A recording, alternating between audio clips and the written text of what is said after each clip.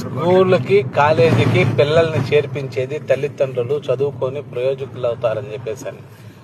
కొంతమంది విద్యార్థులు అనవసరంగా టూల్ కిట్లో భాగంగా ఏదో చేయాలని రోడ్లో పడిపోతున్నారు, కానీ వాళ్ళు వాళ్ళ జీవితాలని వాళ్ళు చేజేతారా నాశనం చేసుకుంటారన్న విషయం వాళ్ళకి తెలియటం లేదు.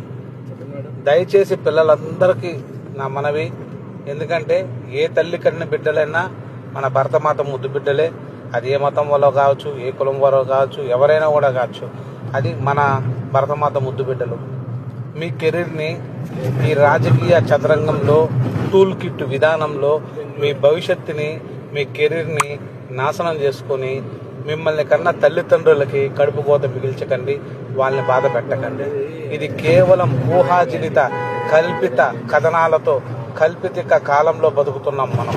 ఇటువంటి కల్పిత కాలంలో ఈ రాజకీయ నాయకులు వాళ్ళ పబ్బం గడుపుకోవడానికి, వాళ్ళు గెలవడానికి ఎన్నెన్నో అడ్డదారులు తొక్కుకుంటూ అవసరమైన వాళ్ళని తొక్కుకుంటూ పోయేదానికి కూడా ముందుంటారు.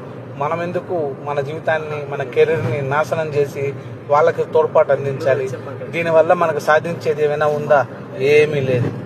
మన తల్లిదండ్రులకి పెట్టుకున్నటువంటి విశ్వసనీయత దెబ్బతీసి వాళ్ళని క్షోభకు గురి చేయడం ఎంతవరకు న్యాయం? దయచేసి ప్రతి ఒక్క స్టూడెంట్, అది కాలేజీ వాళ్ళు కావచ్చు, ఇంజనీరింగ్ వాళ్ళు కావచ్చు, ఎవరైనా కానీ ఇలాంటి పొలిటికల్ డ్రామాలో మీరు ఇన్వాల్వ్ కాకండి. దయచేసి ఇన్వాల్వ్ కాకమండి ప్లీజ్. మీ లైఫ్ని మీ కెరీర్ని నాశనం చేసుకోమాకండి. జై హింద్.